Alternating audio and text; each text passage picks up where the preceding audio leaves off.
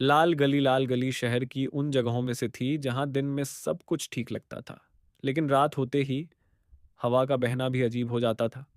लोग कहते थे यहाँ कुछ है, पर कोई साफ शब्दों में कुछ नहीं बोलता था। मीरा उसी गली में रहती थी, शांत, पढ़ी लिखी और ज्यादा बोलने वाली नहीं। वो लोगों को जल्दी भरोसा कर लेती थी और शायद यही उसकी सबसे बड़ी भूल थी। उस रात मीरा घर लौटी ही नहीं। रात के लगभग 12 बजकर 40 मिनट कुछ लोगों ने सुना था, कोई तेजी से भाग रहा है। फिर किसी ने दरवाजा पीटने की आवाज सुनी और फिर एक औरत की धीमी सी आवाज, दरवाजा खोल दो प्लीज। किसी ने दरवाजा नहीं खोला। अगली सुबह मीरा की लाश गली के आखिरी सिरे पर बने पुराने कुएं के पास मिली। उसकी आंखें खुली थीं और चेहरा ऐसा लग रहा था जैसे वो किसी को पहचान गई हो। पुलिस आई, कुछ सवाल हुए, फिर फाइल बंद। लोगों ने कहना शुरू किया, अकेली लड़की थी, रात में क्यों निकली, और धीरे धीरे मीरा एक याद बनकर रह गई। लेकिन लाल गली नहीं भूली मीरा के मरने के कुछ हफ्तों बाद पहली अजीब बात हुई। रमेश काका, जिनके घर के सामने मीरा ने सबसे पहले दस्तक दी थी, हर रात ठीक 12 बजकर 40 मिनट पर जाग जाते थे।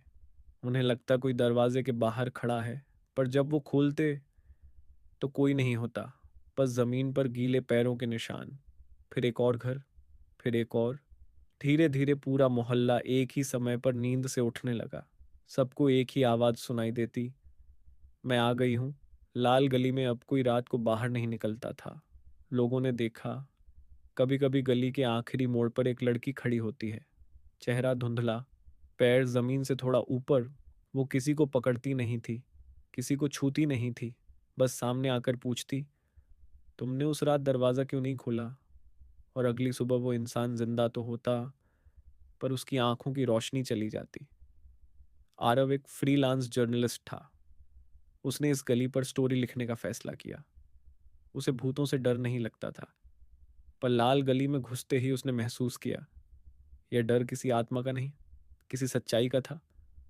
उसने पुराने बयान निकाले, फोन रिकॉर्ड्स देखे, और तब एक चीज मिली।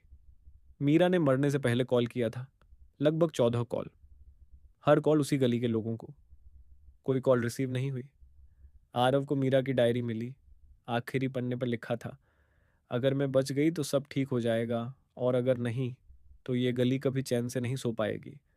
और तब आरव ने समझा, मीरा की आत्मा बदला नहीं ले रही थी, वो सिर्फ सवाल पूछ रही थी, और जिनके पास जवाब नहीं था वो टूटते जा रहे थे। आरव ने तय किया वो रात 12 बजकर 40 मिनट पर गली में खड़ा रहेगा। घड़ी ने समय बताया। हवा ठंडी हो गई और मीरा सामने खड़ी थी। पहली बार उसने किसी को नहीं डराया। उसने बस पूछा, अगर तुम होते तो क्या दरवाज़ा खोलते। आरव ने जवाब दिया, हाँ। मीरा मुस्कुराई, और पहली बार लाल गली में उस समय कोई आवाज़ नहीं आई। अगली सुबह लाल गली बिल्कुल शांत थी, पर आरव की स्टोरी कभी पब्लिश नहीं हुई, क्योंकि उसी दिन आरव के घर के बाहर ठीक 12 बजकर 40 मिनट पर किसी ने दस्तक दी थी, और आज तक किसी ने आरव को दोबारा नहीं देखा।